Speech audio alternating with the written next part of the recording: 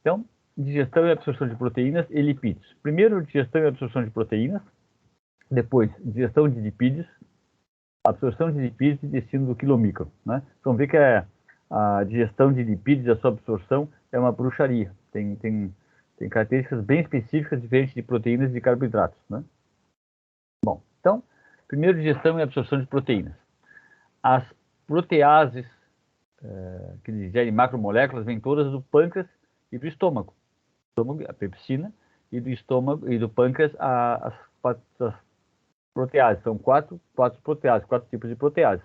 Se não tiver pâncreas, tem que receber protease via oral, não tem como ser feito. Na verdade, as enzimas pancreáticas todas, né? Então, o intestino delgado, como eu disse, não degrada macromoléculas. A degradação é feita por essas proteases que vêm da glândula pancreática, que é uma glândula exócrina pancreática, tá? Então, toda a protease é liberada, que vai ser secretada, produzida e liberada para fora, como produto de uma fábrica, né? No caso, fábrica celular, é liberada na forma de desimogêneo, ou seja, inativo, e vai ser ativado fora da célula, para evitar que haja a digestão das enzimas da própria célula, das proteínas da própria célula, né?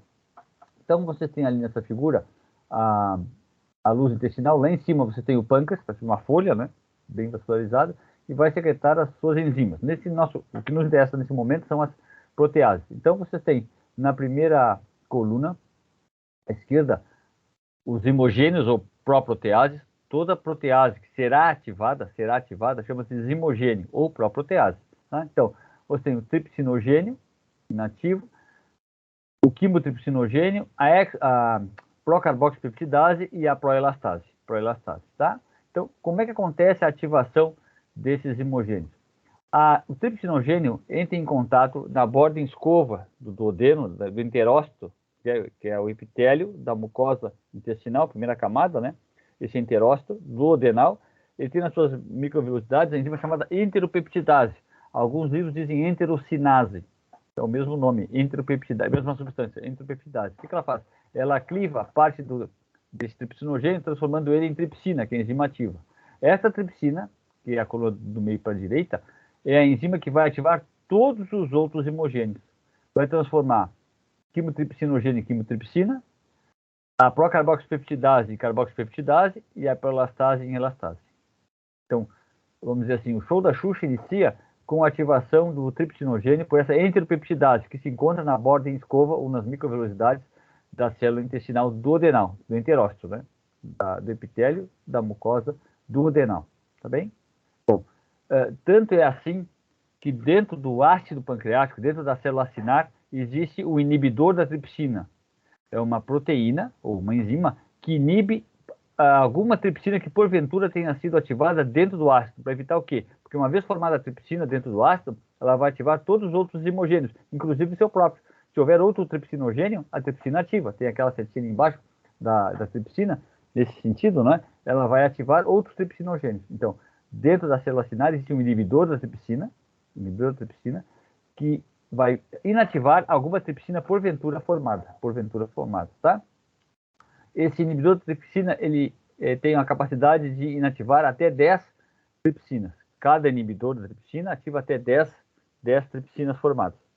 Se porventura o número de tripsinas ativadas for maior que esse inibidor de tripsina, aí eu vou ter pancreatite, inflamação da célula pancreática, que poderá gerar uma pancreatite severa, pode ser até fatal. Como que ocorre essa ativação intracelular desse tripsinogênio? Existem fatores que estimulam, por exemplo, a entrada de cálcio dentro da célula, a acidez. Toda a célula é um pouco mais ácida que o meio extracelular, porque a célula produz ácido. Então, a primeira origem do ácido é a célula.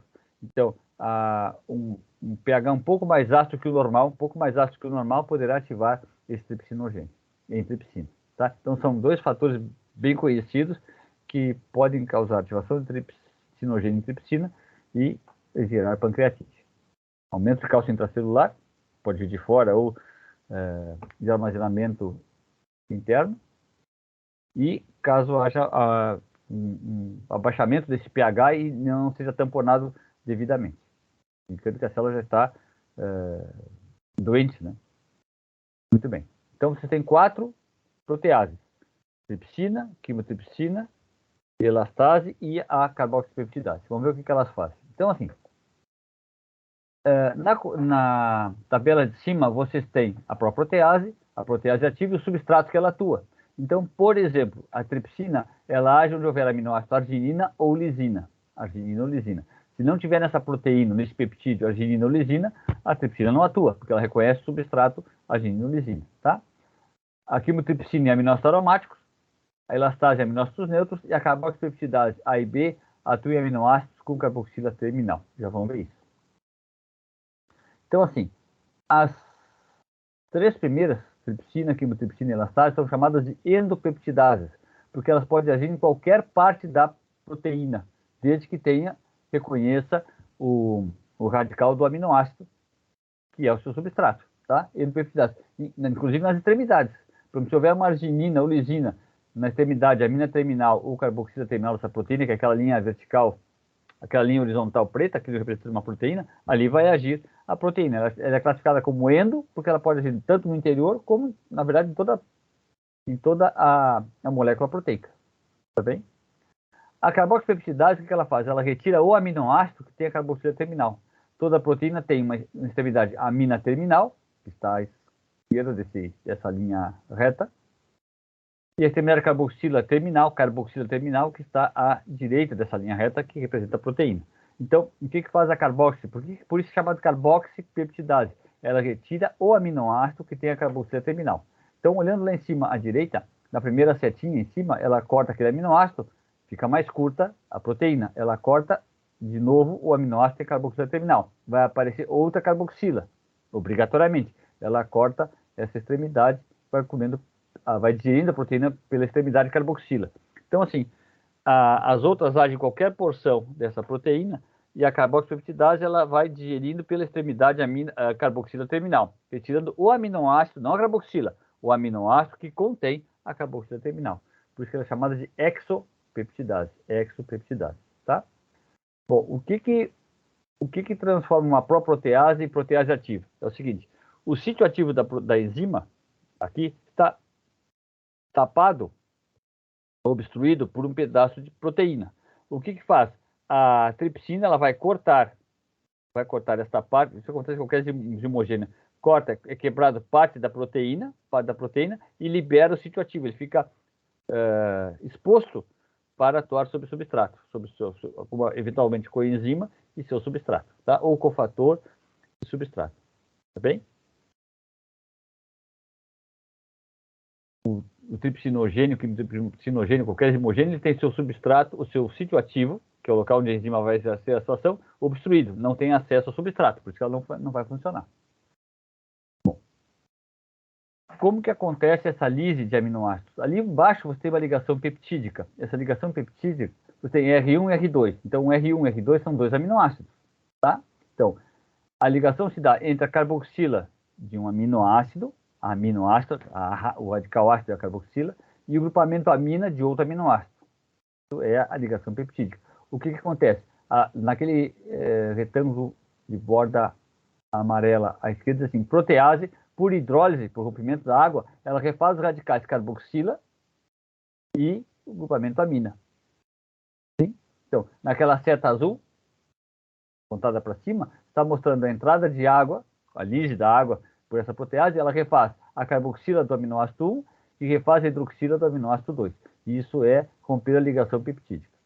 Como é que se une os dois aminoácidos? Retira água. Tu retira o OH e o hidrogênio daquela carboxila terminal. No caso do grupamento amina do aminoácido. Tu retira a hidroxila e retira um hidrogênio daquele grupamento amina. Forma água de novo e refaz a ligação peptídica. Tá? Acrescentando água, tu separa os aminoácidos. Até aqui tá bem? Sempre são enzimas, são hidrolases, né? São enzimas que rompem as ligações por separar a estrutura da água, refazendo hidroxilas e carboxilas. Bom, como é a absorção de aminoácidos? Vocês olhando naquele retângulo em cima à esquerda de borda azul escura, violácea, o que acontece? Primeiro, o ácido clorídrico ele desnatura a proteína. Como ele tem hidrogênio, desfaz pontes de sulfeto, né? E ele desnatura a proteína. Ela perde a sua conformação, porque ela assim, na sua conformação, a enzima só vai agir na periferia. No momento que ela se desnatura, forma uma fita de proteína, grosseiramente falando, ela pode agir na intimidade dessa proteína. Quem vai agir na intimidade da proteína? As enzimas proteolíticas. Então, a função do ácido clorídrico é desnaturar proteínas. Bom, então, nessa figura central, você tem em cinza um heterócito, com a borda escova, as microvelocidades voltadas para cima, que é a luz da mucosa do epitélio intestinal, do duodeno e jejum, principalmente, e embaixo aquele retângulo vermelho é um capilar, tá? Você tem 3 estruturas geométricas de cores diferentes nessas microvelocidades, são os transportadores. Então, vamos ver assim, lá em cima, naquele retângulo de fundo róseo, a pepsina, as endopeptidases e as exopeptidases atuam sobre proteínas, liberando aminoácidos à esquerda, e esse aminoácido ele entra por um transportador de aminoácidos, independente de sódio. Dos 20 aminoácidos que fazem parte de proteína, 3/4 dependem de sódio, então é um transporte ativo secundário, depende de sódio. O outro quarto não depende de sódio para sua entrada. Olha que interessante, né? Então, desses 20, seriam 16, 15, aliás, 15 aminoácidos em média que dependem da presença de sódio para sua entrada, tá? Bom, mas essas proteínas não são eficientes para fazer nhoque da proteína, não tem tempo nem substratos presentes para isso. Então, elas vão liberar 2 a 6 aminoácidos também, de até exopeptídeos. Isso está ali à direita em cima. O que acontece? Existe uma enzima de membrana chamada, naquele retângulo vermelho, na microvelocidade, esquema, né? Chamado oligopeptidase de membrana. Oligopeptidase de membrana. O que ela faz? Ela vai clivar esses pequenos peptídeos, olha que especificidade aí. Ela só aceita até 6 aminoácidos. Ela quebra esses oligopeptídeos em aminoácidos que vão entrar para o seu respectivo carreador, o transportador, naquela linha azul pontilhada, e liberar 2 a 3 aminoácidos, di e tripeptídeos. Esses di e tripeptídeos entram por um transporte que depende do íon hidrogênio, é um cotransporte hidrogênio de tripeptídeos, e entra dentro da célula. Olha que interessante. Carboidrato, açúcar, só pode entrar monossacarídeo. Se eu tiver 2 juntos, não vai entrar. Tem que separar esse disacarídeo, liberando seus monossacarídeos para aí poderem entrar dentro da célula. Aminoácido pode ser 2 ou 3 aminoácidos juntos. Ou seja, o organismo não se dá o luxo de perder aminoácidos. É muito precioso para ele, porque vai construir proteína, que é fundamental para a atividade no mínimo metabólica de receptor, de transportador e estrutural. Receptor, enzimático, transportador e estrutural. Não dá o luxo de perder aminoácidos. Até 3 pode entrar, não tem que separar, pode entrar 3, através desse transportador que depende do íon hidrogênio. Tá bem? Bom, então dentro da célula o que acontece? Esses 2 a 3 vão ser clivados por uma peptidase em aminoácidos, e esses aminoácidos então vão sair do capilar por um transportador também. Eles não saem por... Tem que ter um transportador aqui na membrana base lateral que não está mostrado, sim? Mas ganha o sangue. Então, as proteínas podem entrar de até 2 a 3 aminoácidos juntos, mas dentro da célula são transformados ou clivados em aminoácidos, separados nos seus componentes aminoácidos, e esse aminoácido que vai para o sangue. Nesse sangue, desse capilar, ele vai para a veia porta para o fígado. Da veia porta para o fígado, obrigatoriamente. Bem? Bom, essa então é a digestão e absorção de proteínas. Vamos tocar? Professor, Oi. Ali só, a oligopeptidase ela vai quebrar ou em um ela vai quebrar essa oligopeptidase, ela vai quebrar como mínimo um aminoácido. Pode liberar 2 ou 3. É o que ela consegue clivar. O máximo que ela puder separar, ela faz. Às vezes ela não tem tempo ou não tem quantidade suficiente para isso. Né? Então ela vai liberar o máximo de 3 aminoácidos juntos. Tá? Então ela vai fazer desses 6 aminoácidos, ela vai fazer uma pizza, ela vai cortar, fazer um nhoque, né? Sim? E vai liberando aminoácidos ou unidade de 2 até 3 aminoácidos juntos. Esse é o produto dela sobre 2 a 6 aminoácidos. Tá bem? Por exemplo, se eu tiver 6 aminoácidos, ela pode clivar metade. Opa, não tá faltando os dedos aqui. Metade e metade, 3 e 3. Por exemplo. Né? É o mínimo que ela vai fazer. Se tiver 6 aminoácidos, um hexapeptídeo, ela vai clivar no mínimo na metade. Vai liberar 3 e 3, no mínimo. tá bem? Ela vai atuar em moléculas pequenas, liberando moléculas menores ainda. Essa é a função dela. Ela não age em moléculas maiores. Age em moléculas pequenas, liberando moléculas menores ainda. O ligo-peptidase de membrana. Tá? Tu vê assim, ó, ela é bem inespecífica, porque ela age só em tamanhos pequenos. Não é a qualidade do aminoácido, sim o seu tamanho. Né? As outras, pepsina, tripsina, quimotripsina, elastase, carboxipeptidase, agem em aminoácidos específicos. Atuam em aminoácidos específicos. Não fazem nhoque de uma proteína, né? Não existe isso. Tá? Professor, Oi? como é que os aminoácidos saem da célula para o capilar mesmo? Que eu não... Através de um transportador que não está mostrado aqui. Ok. Tem um transportador que retira esse aminoácido daqui. Né? Eu não sei se precisa de sódio. Eu acho que para sair não precisa de sódio. Acho eu. Mas isso é achologia. Né? Eu peguei uma revisão de 2020 sobre todos os tipos de transportadores de células, uma revisão, e botei na estante e não li ainda, espero também, né? Mas está lá, tá explicado tudo direitinho, de carboidratos, de proteínas e aminoácidos, né? Culpa minha. Bom, tá lá, lerei. Agora estava me lembrando, né? Tá ali marcado, vou botar em cima da mesa para não esquecer. Bom, vamos ver lipídios então. Vocês têm assim, de lipídios, vocês têm os triglicerídeos, que é o lipídio mais comum, em maior quantidade, triglicerídeos, tá? O que é um triglicerídeo? Bem à esquerda, em cima, você tem tal o álcool chamado glicerol.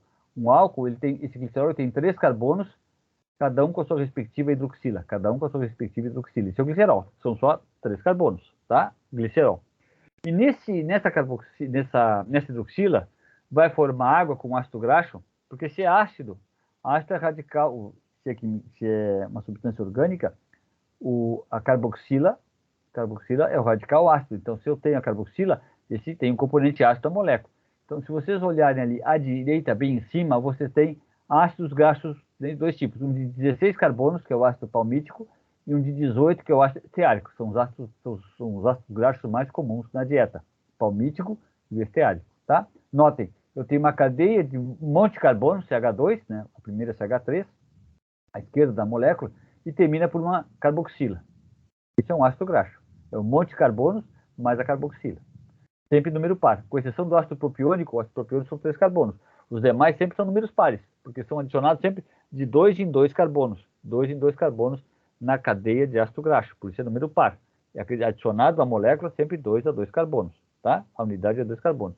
Salvo o ácido propiônico, que é ácido graxo volátil, que a gente vai ver depois. Então, o que acontece? Como é que eu ligo esse glicerol com o ácido graxo? Vai formar água entre a hidroxila e o hidrogênio da carboxila, do ácido graxo. Liberta-se água. Isso aqui eu tirei do Google, era uma figura portuguesa de Portugal, liberta-se água. Na verdade, forma água, né? Usa o termo liberta-se água, tá? Então, olhando embaixo, vocês têm três tipos de glicerídeos. Vocês têm o chamado monoglicerídeo à esquerda, em que só um carbono está ligado ao ácido graxo, diglicerídeo, 2 ácidos graxos, e triglicerídeo, 3 ácidos graxos, que é a forma comum, triglicerídeo, tá? Então, a formação começa com o carbono 1, carbono 2, depois o carbono 3. Cada ácido graxo desses ligado a um carbono é chamado de acila. Então, o nome é triglicerídeo ou triacilglicerol, é a mesma coisa, triglicerídeo ou triacilglicerol, porque eu tenho 3 acilas, cada uma ligada num carbono do glicerol. São 3 carbonos do glicerol, 3 ácidos graxos, tá? Então, triacilglicerol. Mas como é que rompe essa ligação? Basta acrescentar água. Então, acrescenta água, rompe a água, refaz a hidroxila do carbono, do glicerol, e refaz a carboxila do ácido graxo. Refaz. Basta acrescentar água. Quem faz isso? As enzimas lipolíticas. Então, onde é que ela vem? Do pâncreas. Muito bem. Então, vamos ver assim. Como é a digestão de lipídios? Digestão, a quebra dos lipídios. Digestão química, né? Então, você tem o triglicerídeo, a enzima carbono 1, 2 e 3 do glicerol, em cima. Bem à esquerda, a lipase pancreática, assim como a lipase gástrica e a lipase lingual, da glândula da língua, não da glândula sublingual. Lipase lingual é da base da língua. Então, você tem lipase lingual, lipase gástrica, que é a mais importante, lipase pancreática, tá? Essa lipase corta, coloca por hidrólise, ela rompe a ligação do carbono 1 e do carbono 3. Não rompe a ligação do carbono 2. Então, vai liberar 2 ácidos graxos mais um monoglicerídeo. Por que 2? 2 monoglicerídeos? Porque justamente no carbono 2 que está ligado ao ácido graxo. Ela não cliva completamente o glicerol. Não cliva completamente esse triglicerídeo liberando o glicerol, mas ácido graxo. Esta aí não. A lipase pancreática não faz isso, tá? Nem a gástrica, nem a lingual. Bom, aqui você tem um fosfolipídio chamado lecitina, em que o carbono 3 tem um fosfato, PO4, mais uma base que é formada por carbono e grupamento amina. A enzima específica chama-se fosfolipase A2, e ela vai clivar justamente no carbono 2, onde a lipase não atua, liberando um ácido graxo, mais o outro fosfolipídio chamado lisolecitina. Como é que ela rompe? Acrescenta, ela hidrolisa a água e refaz a hidroxila do carbono e a carboxila desse ácido graxo. Você depois tem o colesterol éster. No carbono 3 eu tenho um ácido graxo, porque no carbono 3 do colesterol livre tem uma hidroxila aqui no carbono 3 e é onde vai se ligar o ácido graxo. Então isso é chamado colesterol éster, ou éster de colesterol. A colesterol esterase, através de rompimento de molécula de água, ela separa o colesterol desse ácido graxo, formando colesterol livre mais ácido graxo. Tá? Então, notem, eu tenho três tipos de enzimas lipolíticas, cada um age especificamente no seu substrato. A lipase só age em triglicerídeo, a fosfolipase A2 só em fosfolipídio, e a colesterol esterase só em éster de colesterol ou colesterol éster. Tá bem? Bom, essa é a quebra a digestão desses lipídios. Embaixo está escrito assim, ó, lipase pancreática necessita da colipase para agir sobre os lipídios. Essa colipase é uma coenzima que liga a lipase à micela, onde estão os ácidos graxos, né? Os ácidos graxos, tá? Triglicerídeos, desculpa, triglicerídeos, né? Se liga, é um intermediário entre os triglicerídeos e a enzima. Bom, aqui você tem uma micela, porque as enzimas só vão agir se a gordura está na forma de micela emulsificada. Vocês têm nas laterais o sal biliar, mas ali aquelas bolinhas, eu não sei se entusiasmaram em colocar a porção polar, um monte de bolinha verde. Na verdade, vocês têm no máximo, cada sal biliar, no máximo tem 3 hidroxilas, né? E mais 3 hidroxilas e mais a carboxila. 3 hidroxilas mais a carboxila. Essa é a porção polar, não aquele monte de bolinha. Então, deveriam ser no máximo 4 bolinhas por sal biliar, e não esse monte, tá? Porque são 3 hidroxilas, é um esquemão que fizeram, né? 3 hidroxilas mais a carboxila. Essa é a porção polar. Tem ácido graxo que só tem, aqui está mal o dedo, tem 2 hidroxilas e uma carboxila. Não é? O ácido queno-desoxicólico, em vez de 3 hidroxilas, só vai ter 2 hidroxilas mais a carboxila. Tá? Bom, ali vocês têm, então, nessa micela, dentro dessa, cercado por esses sais biliares, né, vocês têm o ácido graxo. A porção apolar do ácido graxo, aquela porção amarela, laranjada, está voltada para dentro da gordura, dos lipídios, né? E a porção polar do sal biliar está voltada para fora, para o meio aquoso, para a fase líquida do intestino delgado. Então, como é a absorção? Ali vocês têm à esquerda o enterócito e a microvilosidade, naquela linha com evaginações e invaginações, tá? Bom, então, no uso intestinal tem uma micela. O que vai acontecer? Essa micela, então, eu vou ter difusão de ácidos graxos para dentro do enterócito, por difusão, lipídio, a membrana plasmática é lipídica, então o ácido graxo não precisa de transportador, passa por difusão. Então, isso já é uma enzima digerida, sofreu ação das enzimas lipolíticas. Vou ter a passagem de fosfolipídios, no caso a lisolecitina, por difusão, do colesterol, por difusão, colesterol livre, sem ácido graxo, porque sofreu ação da colesterol esterase, que onde é que ela veio? Do pâncreas, do suco pancreático. E o monoglicerídeo, tá? Passa por difusão. Vamos voltar para cá. Monoglicerídeo. Sempre por difusão, não tem transporte, não tem difusão facilitada. Não precisa de proteína para passar para dentro da célula, tá? Aquele citosol, então, é o enterócito do epitélio da mucosa intestinal. Da onde? Do duodeno em jejum. Em geral, a absorção de gordura se dá no jejum, porque primeiro tem que emulsificar a gordura para depois lisar. Leva tempo. Não é um processo como enzima proteolítica ou a amilase, age direto, já no próprio duodeno. Bom, agora aqui é a bruxaria da absorção de lipídios. A absorção. Como é que esse negócio... O que acontece com ele quando ele entra na célula e sai da célula? À direita você tem a legenda AG, ácidos graxos, T, triglicerídeos, F, fosfolipídios e EC, éster de colesterol. Essa legenda é relacionada a essa figura, tá? E tem aquela meia-lua ali chamada apolipoproteína. Já vamos ver o que acontece. Então, assim, o 2-monoglicerídeo, ou monoglicerídeo, entra dentro da célula, lisofosfolipídio também entra por difusão, e o colesterol também entra por difusão, conforme vocês viram na figura anterior. Agora a bruxaria. Eles vão ser reunidos de novo a ácidos graxos para formar a molécula original. Então, o monoglicerídeo se junta a 2 ácidos graxos formando o triglicerídeo. Bruxaria. O lisofosfolipídio se liga ao ácido graxo formando o fosfolipídio original. Lisolecitina para lecitina. E o colesterol se liga ao ácido graxo formando o éster de colesterol. Isso chama-se reesterificação, porque é uma ligação éster, sim, entre a hidroxila e a carboxila, entre a hidroxila do glicerol e a carboxila do ácido graxo, a retirada de água chama-se ligação éster. Então, a estrutura é ligação éster. Então, uma reesterificação, aonde? Dentro da célula do epitélio intestinal, do epitélio da mucosa intestinal, do enterócito, tá? Bom, só que tem um detalhe. Então, notem assim, ó, olha que interessante. Se eu tenho insuficiência pancreática, não tem enzima lipolítica. Não vai degradar esses lipídios. Não vou ter digestão dos lipídios. Eles não vão ser absorvidos. Note que no caso de lisofosfolipídios de colesterol, a modificação é mínima, mas não vai ser absorvido. Pelo menos não na velocidade que deveria. Não vai ser. Vai aparecer nas fezes essa gordura. Chama-se esteatorreia. Esteatorreia.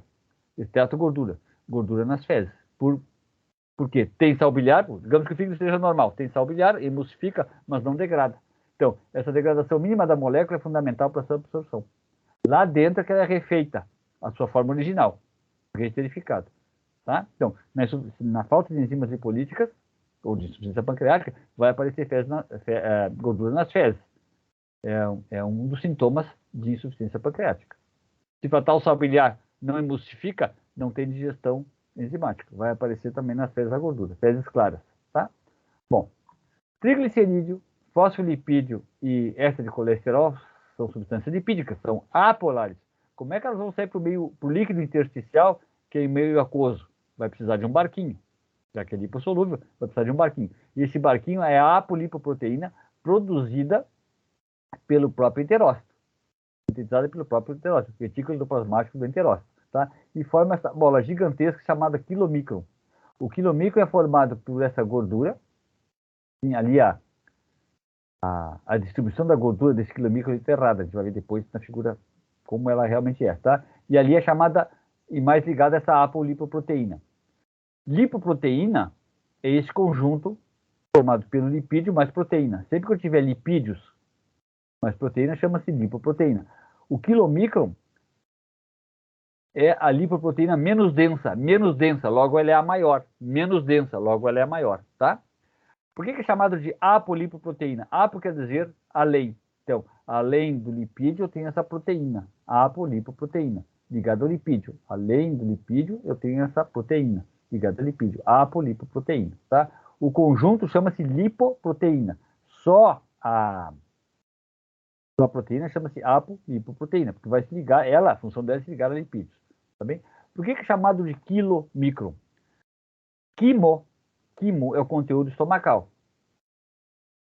E chamava-se antigamente, até início da década de 80, quilo, o conteúdo intestinal. Até se perdeu, até anteriormente se perdeu esse nome. Quilo, não se usa mais quilo para conteúdo duodenal ou intestinal. Conteúdo intestinal. Quimo sim, quilo não. Mas o conteúdo de lipídio chama-se quilomicron, ficou o nome. Conteúdo intestinal microscópico, nesse caso relacionado especificamente a lipídios, quilomicron, tá? Bom, para onde é que vai esse quilomicron? Ele sofre uma exocitose dessa célula na membrana basolateral e vai para vaso linfático. Por que vaso linfático? O vaso linfático tem poros imensos que permitem a entrada dessa molécula gigantesca. Capilar, o poro é pequeno, para esse quilomicron, ele não tem como entrar, não vai entrar no sangue, vai entrar no vaso linfático. Então, quilomicron, lipídio, ele vai para o vaso linfático, tá? Que está ali à esquerda. Bom, e aí, vaso linfático, o que acontece? O vaso linfático, ele drena o líquido intersticial. O que vai acontecer? Por isso que tem na lâmina própria tem vaso linfático. Lembra aquele tubo laranja da figura de histologia do intestino delgado? O que vai acontecer? Vamos ver daqui a pouquinho. Isso aqui, então, é um quilomicron maduro. Ele tem 3 apolipoproteínas, a B48, a E e a C2. B48, E e C2. E notem assim, ó. Se vocês observarem na figura anterior, T de triglicerídeo está por fora dessa molécula. O cara resolveu, o sujeito que escreveu, a pessoa que desenhou, seja quem for, botou o triglicerídeo por fora. Na verdade é o seguinte, o triglicerídeo é essa batata palha aqui dentro dessa molécula. Isso foi retirado do livro do Leninger de bioquímica. É o esquema de um triglicerídeo maduro, completo, com suas 3 apolipoproteínas, tá? A gente vai ver depois o que vai acontecer. Então, como o triglicerídeo é o mais apolar de todos, é o mais apolar, não faz ponto de hidrogênio, ele está ali dentro da molécula de quilomicron. Por fora eu vou ter aquele pimentão, que é o colesterol, e os fosfolipídios. A porção fosfato do fosfolipídio, ela é polar, porção fosfato. Então, a parte azul está voltada para fora, que são a porção fosfato do fosfolipídio. E aquela laranja mais escura são os 2 ácidos graxos, mais o glicerol. Tá bem? E a porção fosfato está voltada para fora, que é a porção polar do fosfolipídio. A batata palha interna é triglicerídeo, ao contrário da figura anterior, que está por fora. Tá? Bom. Agora sim, uma vez no vaso linfático, o que vai acontecer? Os vasos linfáticos se coalescem, se unem e formam o chamado ducto torácico, que vai voltar para o sangue. Então, naquela figura da direita, vocês têm 2 linhas horizontais vermelhas, representando o tórax. Sim? Dentro tem o coração, recebendo o sangue da cava cranial e da cava caudal, as 2 vezes. Esse ducto torácico, chamado de torácico, que se encontra dentro do tórax, ele reúne toda a linfa drenada pelos vasos linfáticos e vai desaguar ou desembocar na cava cranial. Então, o lipídio, o quilomicron, ele retorna para o sangue através desse ducto torácico. Isso em quadrúpede. Mas como é que é em bípede? Nós, é na subclave esquerda. Na veia subclave esquerda, o nosso ducto torácico é aqui. Então, aqui que ele desemboca, ou deságua, da veia subclave esquerda e depois vai para a cava superior, tá? Ou cava dorsal. Tá bem? Retorna para o sangue, então, não é perdido. Não vai ficar borboleteando ad eterno no vaso linfático. Bom, o que vai acontecer? Como é que é esse destino desse quilomicron? Você tem ali, então, aquelas linhas horizontal, sim, representando o sangue, tá? Tem dois vasos sanguíneos. Então, assim, o quilomicron, ele sai com apenas uma lipoproteína, apenas com uma apolipoproteína, que é a B48. Isso o enterócito produz, sim? Então, esse é chamado quilomicron imaturo. No sangue, ele encontra com HDL, que está escrito ali embaixo, lipoproteína de alta densidade. Se a alta densidade ela é menor, ela é densa, ela é menorzinha. Essa HDL, ela tem 2 apolipoproteínas com ela, a E e a C2. O que ela faz? Ela doa essa apolipoproteína E e a proteína C2 para esse quilomicron, e ele se transforma, então, passa a se chamar quilomicron maturo, que é aquela figura anterior que vocês viram. Ele tem 3 apolipoproteínas, a B48, a E e a C2. Cada uma tem uma função importante. Tá? Então, esse é o quilomicron maturo, ou maduro, quando ele entra em contato físico com essa HDL. Isso no sangue, depois do vaso linfático. Tá? Bom, aí o que vai acontecer? A lipase existe no endotélio dos seguintes órgãos. Lá embaixo, músculo cardíaco, músculo esquelético, tecido adiposo e glândula mamária em lactação funcionante. Sim? Músculo cardíaco, músculo esquelético, tecido adiposo e glândula mamária em lactação tem na membrana endotelial, voltada para o sangue, uma chamada lipase da lipoproteína. Lipase da lipoproteína. Ela capta essa C2, ela captura essa C2, portanto, o conjunto quilomicron imaturo, e ela lipase, ela digere completamente esse triglicerídeo, liberando o ácido graxo e glicerol. Então, os 3 ácidos graxos ligados ao glicerol são clivados. Lembra que a lipase, a pancreática, a lingual e a gástrica deixam o carbono 2 ligado ao ácido graxo. Elas não cortam. A lipase pancreática, a gástrica e a lingual. Sim? Mas esta lipase da lipoproteína corta os três, liberando o glicerol e os 3 ácidos graxos. Tá? Qual é o destino, então? Esse ácido graxo, no músculo cardíaco e no músculo esquelético, vão funcionar como fonte de energia. E no tecido adiposo, na glândula mamária de lactação, para triglicerídeos, para a síntese de triglicerídeos. Eu achava que esse glicerol entrava na jogada aqui. Não. Esse glicerol liberado, ele segue para o fígado. E lá ele vai ser utilizado ou para gliconeogênese, para formar glicose, né, ou entrar no ciclo de Krebs, ou para a síntese de novos ácidos graxos, de triglicerídeos. Esse glicerol, ele não vai entrar aí, é só ácido graxo. Então, na verdade, está facilitando a vida do músculo cardíaco e do músculo esquelético. Já libera limpinho o ácido graxo, basta só cortar ele para formar acetil. Essa acetil se liga com a enzima A e vai entrar no ciclo de Krebs como acetil coenzima A.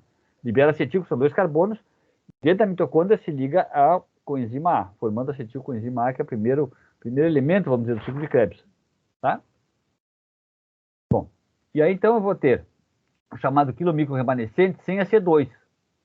Sem a C2, tá? Porque ele vai ter a B48 e aí, chamado quilomicro remanescente, e é aquele que, porque a C2 fica ligada à lipase da lipoproteína. Essa C2 depois vai ser degradada por protease dessa membrana endotelial, não vai ficar ali. Bom, o fígado reconhece a apoproteína E, e captura essa apoproteína E. Captura esse quilomicro onde ele é completamente clivado. O fígado, então, reconhece essa ApoE, sim, mas não vai ter C2 presente, né? Então, se tiver C2, não, porque, vamos dizer assim, tá, mas se tiver só E, tiver o quilomicro maduro, o fígado não pega, ele pega só E sem essa C2. Sim? E aí faz degradação completa desse quilomicro. Vira pizza ou nhoque. Tá bem? Notem que a digestão e a absorção de lipídios e a sua absorção e consequente intestino é bem específico, né? É bem diferente de proteínas e carboidratos, bem diferente, tá? Mais complexo. Tá bem, pessoal? Alguma dúvida? Professor, Oi. a lipase da lipoproteína vai agir na... Eu não entendi. Ela age na C2 e daí... Não, Aí... eu não expressei direito, desculpa. É assim, ó, a culpa foi minha. A lipase da lipoproteína, como é que ela reconhece o quilomicron? Ela reconhece ligando-se ao C2. Ela se liga ao C2, mas como é lipase, ela vai degradar o que desse quilomicro? Triglicerídeos. Ela não vai já nem no colesterol, nem no fosfolipídio desse quilomicro. Ela vai clivar ou lisar parte desse... Não, ela não corta todo o triglicerídeo desse quilomicro. Não tem tempo nem tamanho para isso. Ela vai cortar parte desses triglicerídeos dentro do quilomicro. Eu só me esqueci de dizer isso. Tá? Então a lipase, ela age dentro desse triglicerídeo. Mas como é que ela reconhece que tem um quilomicro se aproximando? Ela se liga a C2. Fisicamente, ela prende esse C2 e ela age nesse triglicerídeo de dentro. Certamente se afasta as moléculas, né? E ela age nesse triglicerídeos. Tá? Mas não vai agir nem no colesterol nem no fosfolipídio. Ela não reconhece como substrato. E não tira totalmente triglicerídeos, tira parte deles. Tá, obrigada. Desculpa, faltou essa informação, né? Tá? E essa C2 fica presa nela. Aí tem um quilomicro chamado quilomicro remanescente. E depois essa C2 ela é degradada por proteases da região. Tá? Mais alguma dúvida, pessoal? Tá bem. Bom, eu vou parar a gravação.